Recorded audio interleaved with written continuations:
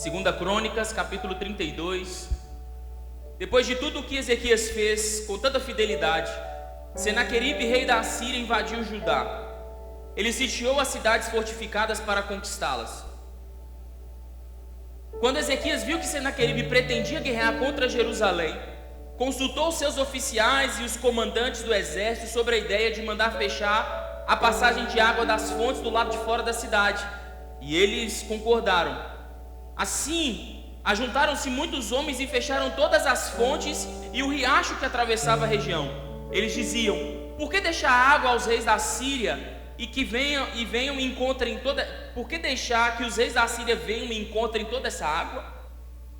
Depois, com grande empenho, consertou todos os trechos quebrados do muro e construiu torres sobre ele.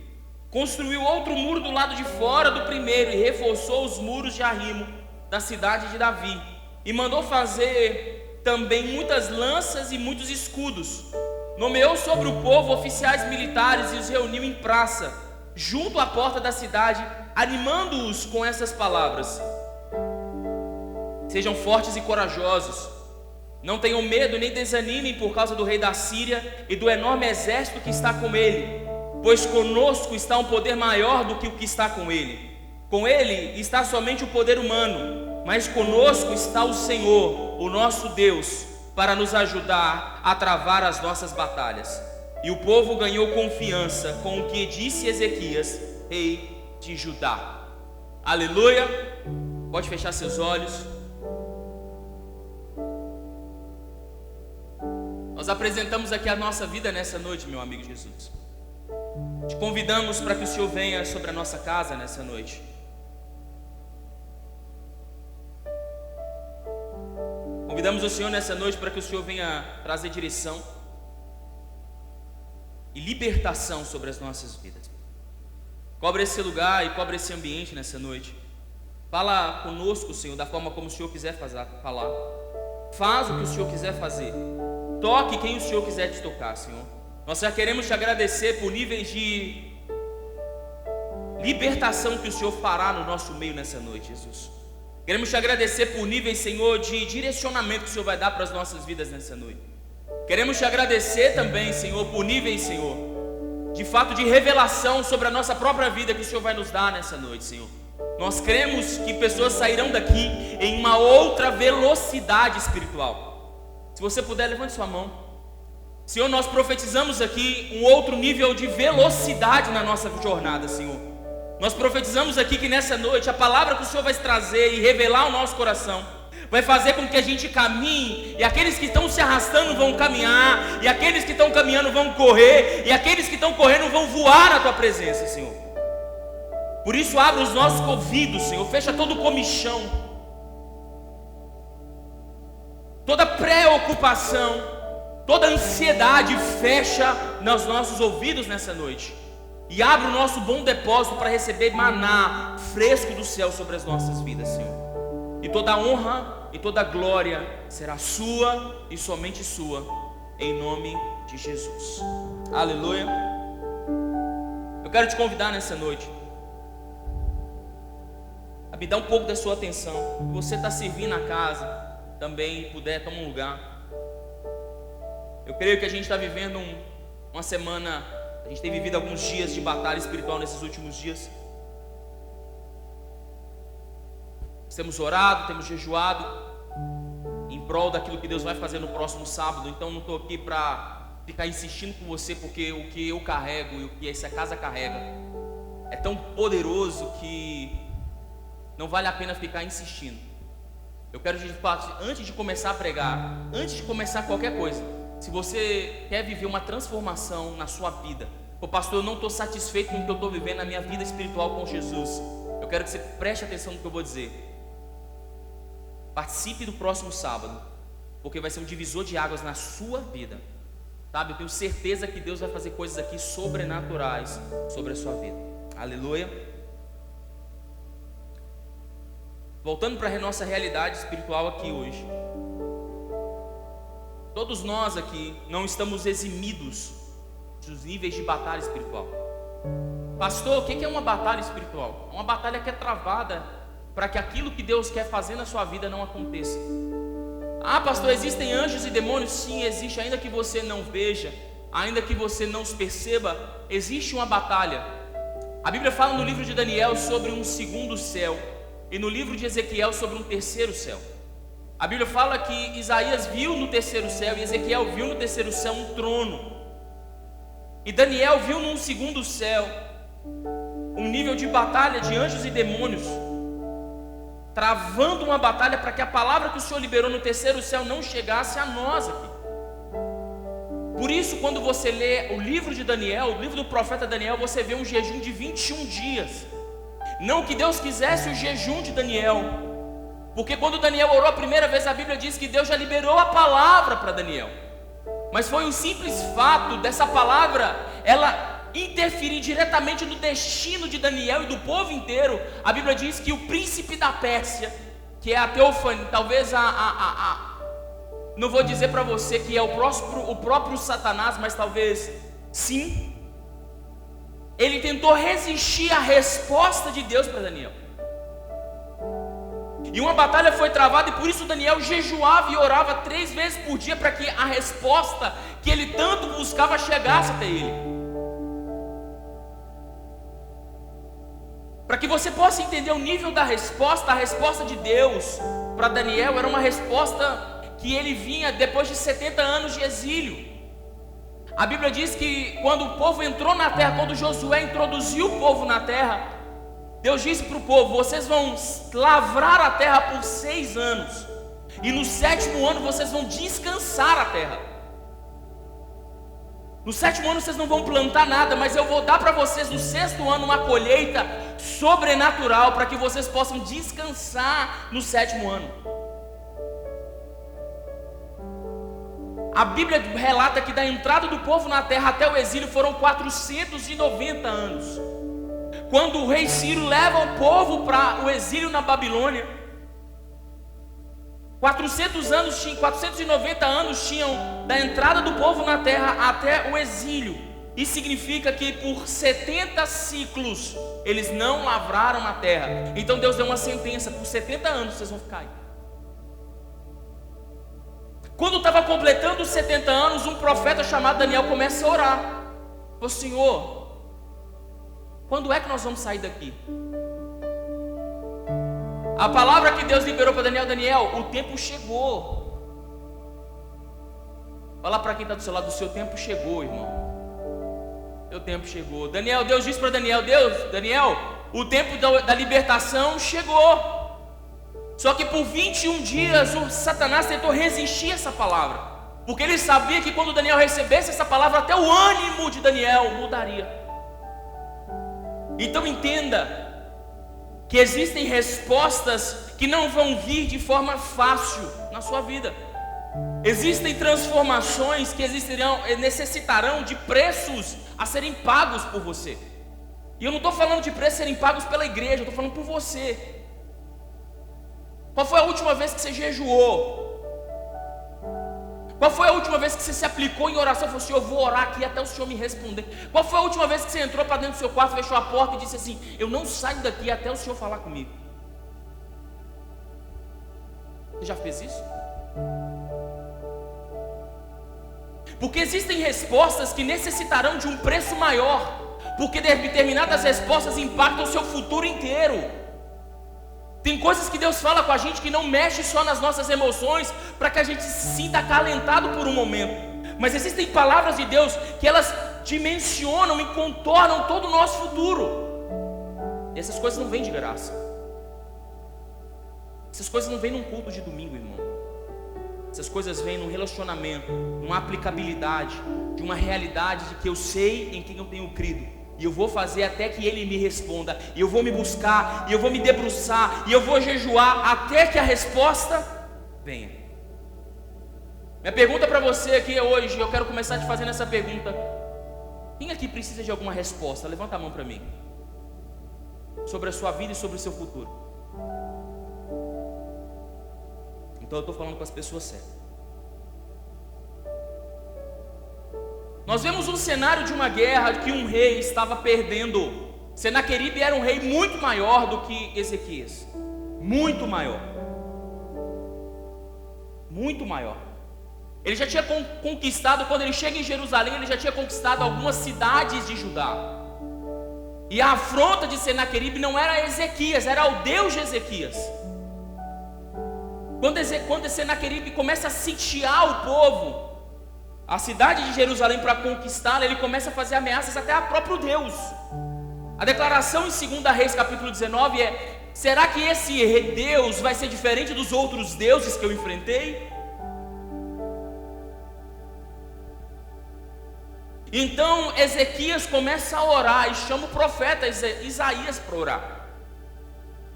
E fazendo um pano de fundo para a gente começar a entrar naquilo que aconteceu no cenário, é muito fácil a gente fazer o pano de fundo para a nossa vida, porque Senaqueribe representa os nossos inimigos, ou o nosso inimigo, que muitas vezes vem com um exército muito mais pujante do que nós, muito mais intencional, muito mais comprometido do que eu e você, que vem afrontando não só você, mas vem afrontando naquilo que você acredita. Porque Satanás não está de pouco se lixando se você está bem ou se você está mal. Ele quer derrubar você pelas suas crenças. Ele quer fazer você desacreditar na sua promessa, no seu Deus, no seu amparo. Porque ele sabe que se você desacreditar naquilo que Deus tem sobre a sua vida, e você se frustrar e nada acontecer, você vira um soldado para ele. Quantas pessoas frustradas que você conhece, que não falam mal, mas despejam a sua amargura e sua frustração nas pessoas, fazendo elas ficarem pior. Eu me lembro da Sunamita, quando o filho dela morre, o filho dela morto na cama, ela vai até o profeta, e as pessoas começam a perguntar para ela: o que está acontecendo? Ela: está tudo bem. Até que ela chega no profeta. Quando ela chega no profeta, ela diz: eu não te pedi filho, foi o Deus que me deu, por que ele me tirou? Isso significa que existem lugares e existem pessoas certas para nós abrirmos o nosso coração. Não é para todo mundo que você deve abrir seu coração, e nem é para todo mundo que você deve falar o que está dentro e as dores que você sente no seu coração, mas para as pessoas certas. Ezequias representa eu e você. O profeta Isaías representa a palavra de Deus que nós carregamos. E Jerusalém representa o nosso campo de batalha. Pergunta para quem está do seu lado: qual é a sua guerra hoje? Qual é a dimensão de guerra que você está enfrentando? É no seu casamento? É na sua vida profissional? É na sua vida emocional? Qual é o lugar da sua guerra hoje? Jerusalém representa o cenário, e não me importa qual é o cenário para você.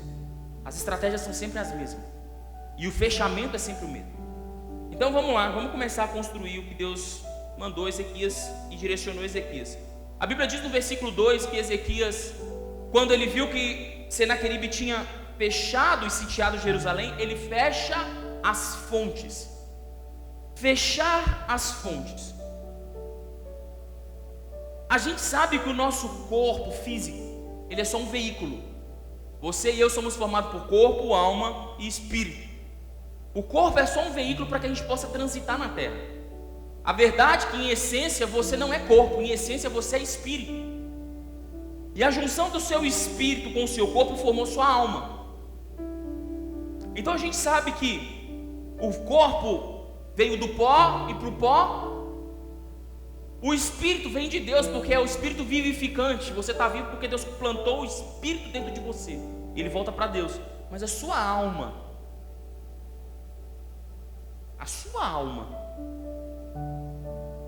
é o ponto crucial que vai determinar o seu sucesso e o seu fracasso. Porque se o corpo é transitório e o espírito é eterno, e ele volta para Deus, a alma vai passar por um nível de julgamento, aquilo que nós lemos em Apocalipse. E é a nossa alma que é assediada todos os dias. É na alma que nós sentimos os desejos, é na alma que nós sentimos as ansiedades, é na alma que nós sentimos as nossas frustrações, as nossas amarguras, as nossas euforias. É na alma que tudo acontece. É na alma que nós somos bombardeados por Deus. É na alma que nós somos bombardeados pelo diabo. É na alma que nós somos influenciados pelas pessoas. É na alma onde toda a guerra acontece. Por isso Paulo fala na sua carta para Gálatas, em Gálatas: submetei a vossa alma ao Espírito. O que ele está dizendo? Aquilo que você acredita tem que ser muito mais forte do que aquilo que você sente. Porque o que você sente é transitório e passageiro e é enganoso. Mas o que você se apega é eterno, poderoso e vai te levar para fins eternos. Então, quando a alma começa a construir junto comigo e começa a permanecer num lugar de suscessibilidade, ou seja, aonde Deus começa a encontrar, onde o diabo começa a encontrar espaço para me tocar, dentro de uma guerra, a primeira coisa que precisa acontecer é eu fechar essas fontes. Eu não sei se você sabe, mas a sua cabeça tem 3 fontes de pensamento. Um pensamento seu pode vir de você mesmo. Um pensamento seu pode vir de Deus. Quem aqui nunca já chegou, estava deitado na sua cama e de repente vê um pensamento do nada assim: ou liga para fulano, ou ora para ciclano, ou fulano está precisando que você fala isso e isso com ele, eu vou ligar para fulano agora.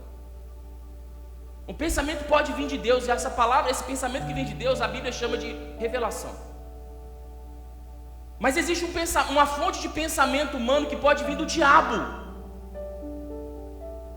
Eu quero te aliviar: o diabo não sabe o que acontece, o que você está pensando. Tem muita gente que acha que o diabo sabe o que está pensando. Não, mas ele pode soprar pensamento na sua cabeça. E a gente chama isso de tentação. No momento de batalha, a primeira coisa que nós precisamos nos ater é qual é a fonte dos nossos pensamentos, e fechar toda a fonte negativa de pensamento sobre nós. Porque no momento de guerra, no momento de batalha, num dia difícil, nós tendemos a dar vazão a pensamentos que vão nos derrubar.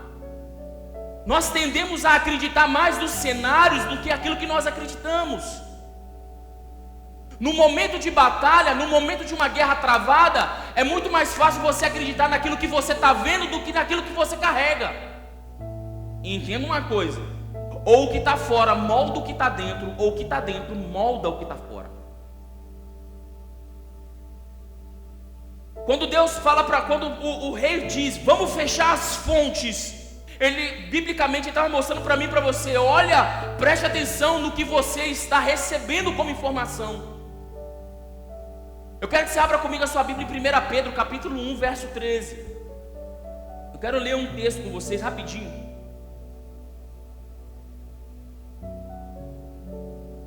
Se os meninos já colocarem, talvez você nem precise abrir. Mas como a gente não tem tanto tempo, eu quero ler. Na nossa tradução NVI está assim: portanto, estejam com a sua mente preparada, pronta para a ação. Sejam sóbrios e coloquem toda a esperança na graça que lhe foi dada quando Jesus Cristo foi revelado.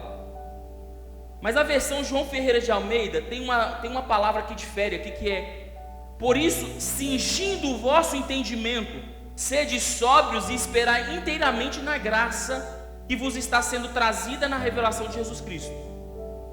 Essa palavra cingir aqui é uma palavra grega. E talvez você já deve ter visto que antigamente as pessoas usavam aquelas roupas grandes, aquela saia, aqueles vestidos grandes. Todo mundo já viu filme assim? Sim? Sim? Aqueles vestidões, lembra? Na Grécia Antiga, a roupa, o traje era esse. Quando alguém falava sobre cingir, era pegar a ponta da barra do vestido, trazer para cima, na altura dos lombos, colocar um cinto e amarrar, para que de forma que aquele vestido não caísse de volta. Para que as pessoas faziam isso? Para correr. Se você for ler um pouquinho sobre a história, você vai ver que nas Olimpíadas, lá em Atenas, por exemplo, os corredores corriam, alguns até nus. Para quê? Para não ter nada que atrapalhasse eles a correr. Então quando Pedro começa a dizer: cingi os vossos entendimentos, ele está dizendo: Coloque os seus pensamentos para que você não tropece neles. Para no momento da sua caminhada você não tropece nos seus próprios pensamentos. Porque eu não sei se você sabe, quando nós cingimos o nosso lombo, a gente prepara a nossa vida para aquilo que Deus tem, para as batalhas do dia a dia. Se nós nos preparamos, nós não tropeçamos em nossos próprios pensamentos. Eu quero te falar uma coisa que talvez possa te entristecer. O seu maior inimigo são seus próprios pensamentos, não é o diabo. A Bíblia vai mostrar que o diabo a gente resiste e ele foge, mas nós devemos fugir do nosso velho homem. Isso significa que o que nos atrapalha é muito mais o que está dentro de nós, o que está preso em nós, do que o que está ao nosso redor. Então, cingir o nosso entendimento fala sobre preparar a nossa mente, fechar fontes, perceber pensamentos, de onde estão vindo os pensamentos, porque por isso vai trazer velocidade na sua vida. Se você quer andar mais rápido nos sonhos de Deus, se você quer ir mais rápido ao propósito de Deus sobre a sua vida, se você quer viver ainda coisas mais rápidas em Deus, comece a entender o que você está pensando. Quais são as vozes que você tem dado ouvido? Porque ainda que você esteja dando passo a passo, pode existir na sua alma muitas pontas soltas.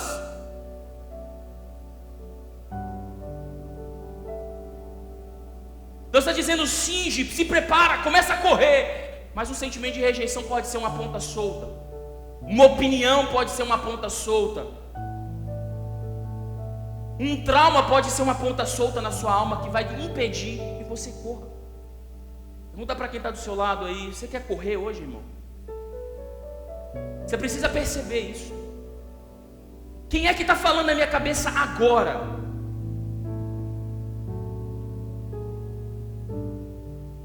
Porque se nós não fecharmos as nossas fontes, nós seremos confundidos. Porque o pensamento que o diabo coloca no nosso coração, ele pode ter uma aparência de conforto, mas nos leva para longe do propósito. Os pensamentos que vêm de Deus sempre vai levar a gente a um nível de sacrifício e de renúncia um pouco maior. Deus sempre vai te pedir um pouco mais, para que Ele se revele um pouco mais. Só que como seres humanos, nós vamos querer sempre correr para um lugar de conforto. Nós sempre vamos querer estar num lugar onde a minha alma está tranquila. Cuidado com os pensamentos que têm passado pela sua cabeça. Na verdade, aprenda a discernir quais são esses pensamentos. O que Ezequias fez em fechar as fontes foi não dar condições ou não nutrir o seu próprio inimigo. Não foi hidratar o seu próprio inimigo. Pô, pera aí, rapaz, esse cara vai chegar, é meu inimigo, eu vou dar condições dele permanecer aqui? Eu vou dar condições dele se estabelecer aqui? Irmãos, existem pessoas que caminham com o inimigo e dão água, não dão água para ele, não dão Gatorade para eles ficarem tranquilos. A voz que fala na cabeça das pessoas, elas estão sendo hidratadas, não, elas estão até com hidrocefalia. Tanta água que a pessoa foi dando para ela, permitindo que ela fosse hidratada, entendeu? É tempo da gente começar a discernir aonde que é que a gente quer caminhar, quem é que a gente quer ouvir. Porque em algum momento você vai ter que cessar a voz do seu inimigo falando na sua cabeça. Fechar as fontes que falam na sua cabeça. A Bíblia vai mostrar que depois ele restaurou os muros. E falar de restauração de muros talvez seja a coisa mais simples, porque falar de fechar alguma coisa fala de fechar brecha. Isso você já deve ter ouvido. Fechar todo acesso do inimigo. É interessante que o nosso inimigo, o inimigo das nossas almas, ele não quer só que você não feche as brechas. Até porque a brecha é uma sinalização de caos na sua vida. Brecha é um pedaço de espaço vazio.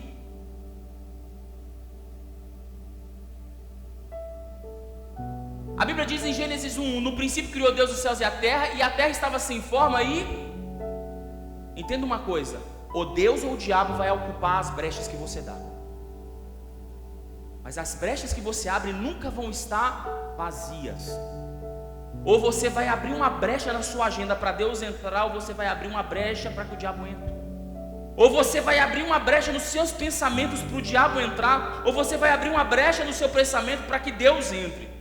Ou você vai abrir uma brecha nos seus pensamentos, no seu coração para Deus entrar, ou você vai abrir uma brecha para que o diabo possa entrar. Porque a brecha que você abre nunca ficará vazia. Então quando o profeta, através do rei, o rei manda o povo fechar as brechas. É interessante que Neemias posteriormente vem para fechar esse muro de novo e consertar esse muro de novo. Mas fala de restauração de brechas. É interessante porque muitas vezes nós já estamos a caminho a construir esses fechamentos. Muitos de nós já estamos buscando fechar essas brechas através da santidade. Mas existem algumas coisas que muitas vezes têm impedido a gente de permanecer com essas brechas fechadas. E talvez um dos maiores inimigos para que as brechas estejam permanentemente fechadas são as intimidações que o diabo faz na nossa cabeça. É o sentimento de culpa, ou muitas vezes o sentimento de abandono, porque muitas vezes a brecha é um amigo que você tem. Não é a pessoa, mas é a relação que é uma brecha na sua vida. Tem pessoas na sua vida que foram enviadas para que a brecha permanecesse aberta no seu coração. E não é a pessoa, é a relação entre vocês. É o tipo de conversa, é o tipo de acesso.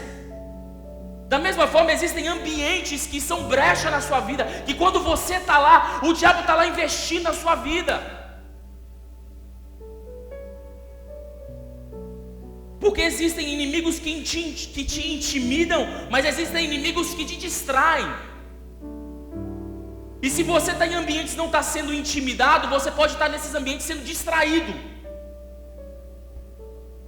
Ah, não tem nada a ver, mas a brecha está lá. Ah, não, está tudo sob controle, mas a brecha está sendo aberta. Irmão, me desculpe se eu não quero, se você está achando que eu sou aquele pregador chato de pecar, não, porque é pecado, mas é isso que a Bíblia fala. Se você não se arrepender, se eu não me arrepender, nós vamos todo mundo para o inferno. E isso não é uma opinião minha, não, isso é uma palavra de Deus sobre a nossa vida. Então nós vamos bater no pecado até que o pecado seja cessado da nossa vida. E ainda que ele não seja somente no céu, nós vamos viver uma vida de santificação. E ponto final. Então a nossa vida inteira vai ser reparando muros. E a vida de quem repara muros, muitas vezes vai passar por essa intimidação, por essa distração, mas principalmente pela palavra de desacreditar. Por pessoas que vão dizer, você nunca vai conseguir. Você está lá fechando a brecha, você está orando, você está se insistindo, não Deus, agora eu vou, agora vai dar certo, agora eu vou conseguir, agora eu vou me afastar, agora eu não vou mais permanecer nessa roda. E as pessoas, você não vai conseguir. Pergunta para a pessoa que está do seu lado, você já ouviu isso?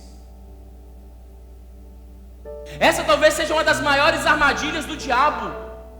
Te botar em xeque, te desacreditar naquilo que você está fazendo. Mas talvez você está fechando a brecha do seu propósito, a brecha do seu ministério. Não, eu nunca acreditei que eu conseguiria, mas agora eu estou decidido a construir algo para Deus. Veio o diabo, mas você... eu sei de onde você veio, rapaz. Eu sei de onde de quem você é.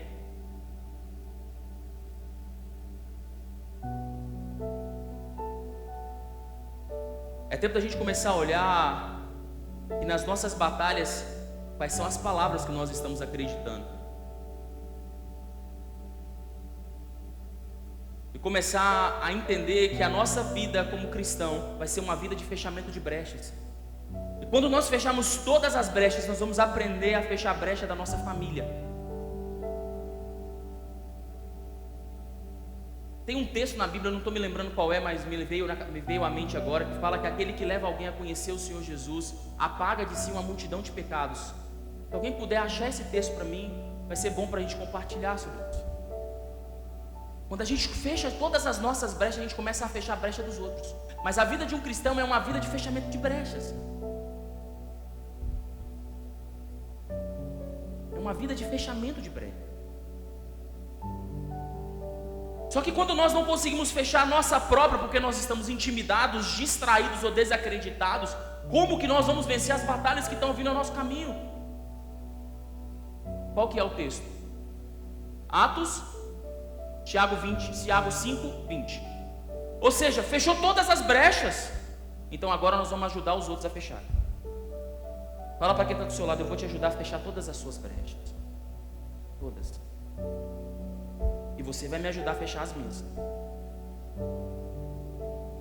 Existem pessoas que vêm na nossa cabeça, existem inimigos que vêm na nossa cabeça. Eu me lembro de Sanbalat e Tobias, que vinham com a palavra para Neemias: você não vai conseguir, não vai dar tempo, não vai ter jeito, os inimigos vão invadir antes. Pessoas que nós damos acesso, que são pessimistas, são profetas do caos na nossa vida, mas nós estamos lá dando brecha para que eles influenciem a nossa vida. As pessoas estão desacreditando a palavra que nós carregamos. As pessoas estão julgando a gente pela nossa história e não pela palavra que nós carregamos, e nós damos mais ouvido a isso do que a palavra que nós carregamos. Então Deus vem e fala: filho, fecha os muros. Para de ser intimidado, para de ser distraído. Existe uma guerra, se prepara. Acredita. Se você não acreditar, as coisas podem acontecer do jeito que você não espera. A Bíblia diz no versículo 5 que ele levantou torres. Levantar a torre é muito simples de se perceber. Se coloca um pilar muito alto, as pessoas sobem para que pudessem ver os inimigos antecipadamente. Antecipadamente. Sabe o que isso fala? Vigilância. A gente tem aquele texto: vigiai e orai, não é isso? Mas tem um texto melhor do que esse. 1 Pedro capítulo 5, 8 diz assim: sejam sóbrios e vigilantes. O diabo, o inimigo de vocês, anda ao derredor, bramando e rugindo, procurando a quem possa tragar. Resistam-lhe, permanecendo firmes na fé, sabendo que os irmãos que vocês têm em todo o mundo estão passando pelo mesmo sofrimento. O que Pedro está dizendo? Resistir o diabo, antecipe ele, vigia. Existe algo que a palavra profética que nós carregamos faz, ela antecipa fatos. O profeta que vem do Senhor, ele vem para antecipar fatos na nossa vida. Quando nós buscamos a Deus, o próprio Deus revela coisas que vão acontecer no nosso futuro. Para que isso acontece? Para que a gente seja vigilante, para que a palavra se cumpra, para que a gente perceba que vai haver um nível de batalha para que essa palavra aqui se cumpra. Então os nossos olhos têm que estar na palavra e não no processo. O fato de ter uma torre e alguém vigiando ali, não quer dizer que o exército não viria atacar, mas eles estariam preparados quando eles chegassem. Tem muito crente que está quebrando a cara. Por quê? Porque quando o inimigo vem, pega ele de calça curta. Tem muita família sendo destruída porque o Deus está dando sinalizações, mas a gente prefere pegar essas sinalizações e varrer para debaixo do tapete.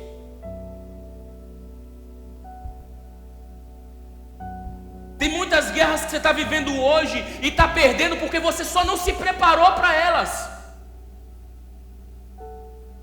Que você deveria, Deus diz para você: se prepara, ora, jejua, se consagra, abre mão disso, abre mão daquilo, renuncia a isso, e você não quis. Então hoje existem guerras que você está perdendo por causa disso. Eu acredito que hoje Deus vai dar uma palavra de vitória sobre a sua vida em nome de Jesus. Fala para o irmão que está do seu lado: Deus vai virar a sua história aqui hoje em nome de Jesus. Mas seja vigilante, cara. Seja vigilante. Tem um texto na Bíblia que fala sobre vigilância. Sejam vigilantes, porque vocês não sabem nem o dia e nem a hora do nosso Senhor Jesus. Mas lá em Apocalipse ele fala: antes que eu venha vai acontecer isso, vai acontecer isso, vai acontecer isso, vai acontecer isso. O que ele está dizendo? Eu vou dar sinais, vocês não vão ser pegos desprevenidos. Vocês não sabem a hora, mas vocês vão saber quando os sinais estiverem acontecendo, que eu estou perto de eu voltar. E a gente está vivendo uma vida. Pergunta para mim, ou melhor, deixa eu perguntar para você: quantos aqui sabem que Jesus está voltando? Levanta a mão para mim. Quantos aqui sabem pelos sinais que estão acontecendo? Guerra, fome, terremotos. Não é isso que a Bíblia está dizendo em Apocalipse? Todo mundo sabe que Jesus está voltando, não sabe? Maranata, ora vem Senhor Jesus. Glória a Deus que Ele está voltando. Mas por que a gente vive uma vida acreditando, parecendo que a gente não acredita que Ele está voltando? Por que a gente está vivendo uma vida que a gente nem fala sobre isso? Porque sabendo que todos os 7 sinais já aconteceram, a gente devia estar na expectativa que Paulo está em Tessalonicenses. A qualquer momento, como um relâmpago que passa do Oriente e vai para o Ocidente, assim há de ser a vinda do Filho do Homem. O que Paulo está dizendo? Existe uma expectativa de que algo vai acontecer. Mas a gente vive uma vida sem qualquer tipo de vigilância. Sem qualquer tipo de vigilância. Achando que nada vai acontecer. Quando os nossos inimigos chegam, pegam a gente despreparado. Eu quero falar algo para você: quem se adianta, quem vigia e se adianta, governa sobre o caos. Quem escuta sinais e se posiciona dentro dos sinais, governa sobre o caos. Agora entenda, não é porque você está vigiando que os inimigos não vão vir, eles virão. Você será pressionado. O que Pedro está dizendo no versículo 9 é que os seus irmãos em todo o mundo estão passando pelos mesmos sofrimentos. O que ele está dizendo? Está todo mundo passando pelo mesmo problema, sendo pressionado. Mas entenda uma coisa: a pressão que você está vivendo hoje é proporcional ao nível da vitória que você vai viver em Deus, em nome de Jesus. E o tempo que você está resistindo, talvez você vai dizer para mim assim: pastor, mas tem muito tempo que eu estou resistindo. Eu quero que você se lembre do arco e da flecha. Quanto mais tempo você conseguir resistir, sendo puxado, mais longe você vai, em nome de Jesus. É importante que a gente saiba disso, porque a gente acredita, por causa da nossa alma, que a nossa guerra é maior do que todas, mas na verdade não é. As nossas guerras, elas acontecem, e a gente só não é vitorioso quando a gente não quer, porque a Bíblia diz que nós somos mais do que vencedores em Cristo Jesus. Aleluia. Versículo 5 fala assim: que Ele armou o povo. Eu acho que meu tempo está acabando, então eu vou parar por aqui, vou só falar disso e a gente vai cear. Se você quiser terminar seu domingo que vem, você volta. Ele armou o povo. Ele arma o povo. Eu vou dar arma para todo mundo. O inimigo está vindo, todo mundo tem que ter um escudo e uma lança na mão. Armar as pessoas, Ele só não deu para as pessoas aquilo que elas precisavam para viver naquele momento. Depois Ele fala o coração das pessoas, mas primeiro Ele dá para as pessoas aquilo que elas precisam para viver naquele momento. Sabe o que essa geração precisa? Sabe do que a gente precisa para viver o momento que nós estamos vivendo? Uma visão clara do futuro que Deus tem para as nossas vidas. Nós estamos vivendo hoje uma geração on demand, ou seja, tudo que nós queremos está na palma das nossas mãos no tempo que a gente quer. Só que tendo todas as informações, preste atenção, nesse ano foi provado que hoje uma criança de 5 anos tem mais informações e informações mais rápidas do que Bill Clinton no seu primeiro governo como presidente dos Estados Unidos. Bill Clinton, o presidente da maior nação americana, no seu primeiro governo, tinha menos informação que o seu filho de 5 anos, que tem na palma da mão hoje. Tudo o que nós queremos está na palma das nossas mãos, mas o que está nos faltando? Visão. Uma visão clara para onde nós devemos ir. Por que eu preciso de todas as informações que eu tenho? Você não precisa de todas as informações. Você precisa exatamente de uma visão. E dentro dessa visão, Deus vai trazer provisão para a visão que Ele tem para a sua vida. O problema é que nós nos enchemos de informações, achando que as informações vão trazer satisfação. E o que vai trazer satisfação na nossa vida não é informação, é visão. É importante que a gente saiba disso. Porque Deus vai sempre perguntar para a gente, sempre vai nos levar a enxergar algo que nós não estamos vendo. Deus sempre vai convidar para que a gente enxergue algo que Ele quer que a gente enxergue. Nós sempre vamos ter que decidir qual é a visão que nós caminhamos. E quando nós aceitamos a visão que nós caminhamos hoje, nós vamos ser convidados a nos esforçar para que ela se cumpra. Se você escolheu ser pai, hoje é dia dos pais, se você escolheu ser pai, eu tenho certeza, meu menino tem 9 meses, não é fácil ser pai. Requer sacrifício todos os dias. Mas eu escolhi ser pai.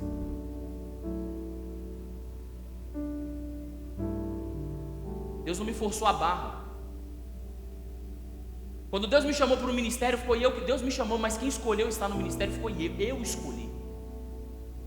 E hoje eu faço tudo que for o meu melhor, eu dou o meu melhor, para que eu faça o melhor para aquele que me convidou para estar nesse lugar. O problema é que nós temos um monte de visão, ou nós não temos nenhuma visão, ou nós temos umas divisões dentro da gente, e a gente não faz nada acontecer na nossa vida, e nós vivemos uma vida de mediocridade. A minha pergunta para você é: para onde que você está indo agora? Para onde o seu casamento está indo? Para onde que a sua casa está indo? Para onde os seus filhos estão indo? Qual é a visão que você tem alimentado a sua família? Qual é a visão que você tem alimentado os seus negócios? Qual é a visão que você tem alimentado o seu ministério? Qual é a visão? Porque talvez você quer informação, e Deus está dizendo: eu não tenho informação para te dar. A gente fica assim: Deus, se o Senhor falar, eu vou fazer. Isso é informação. Deus está dizendo para você: eu tenho uma visão para te dar. Eu vou te mostrar o futuro e vou te convidar para ir para lá. Talvez você não saiba o preço que você vai pagar, mas se você mantiver os olhos em mim, você vai passar por tudo que tiver que passar, e eu vou fazer você chegar lá.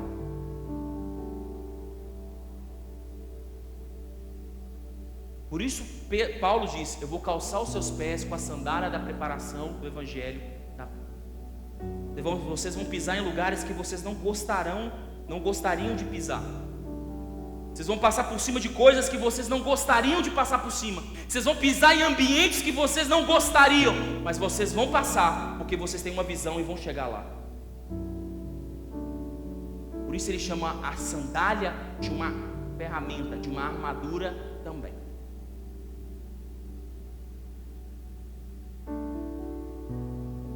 Para a gente fechar e a gente poder ceiar junto, sei que hoje a gente não tem mais tempo, então eu não vou nem ler o texto. Mas depois de fechar as fontes, restaurar os muros, armar o povo, depois de fazer tudo isso, sabe o que aconteceu? Depois de fazer tudo isso, Deus mandou um anjo. Fala comigo: um anjo. Um anjo. E não foi um arcanjo, não, foi um anjo. Um anjo. Irmãos, um anjo. A Bíblia fala que foi um anjo. Um anjo. E matou 185 mil homens do exército assírio numa noite. Os caras fecharam as fontes. Os caras restauraram os muros. Os caras armaram o povo. Ezequias fez uma declaração para acalmar o coração do povo. Fizeram tudo e Deus mandou um anjo que resolveu o problema. Se Deus estava disposto a mandar um anjo, por que eles fizeram tudo isso? Porque ainda que a sua batalha seja do Senhor, Deus vai requerer posicionamento seu. Ainda que a vitória já esteja assegurada, em nome de Jesus, Deus vai requerer posicionamento seu. Ainda que Deus tenha um interesse em envergonhar os nossos inimigos, Deus vai requerer de mim e de você um posicionamento. Ainda que Deus tenha o poder de destronar os nossos inimigos, Ele vai requerer de mim e de você um posicionamento, uma resposta. Mas eu tenho uma boa notícia para te dar.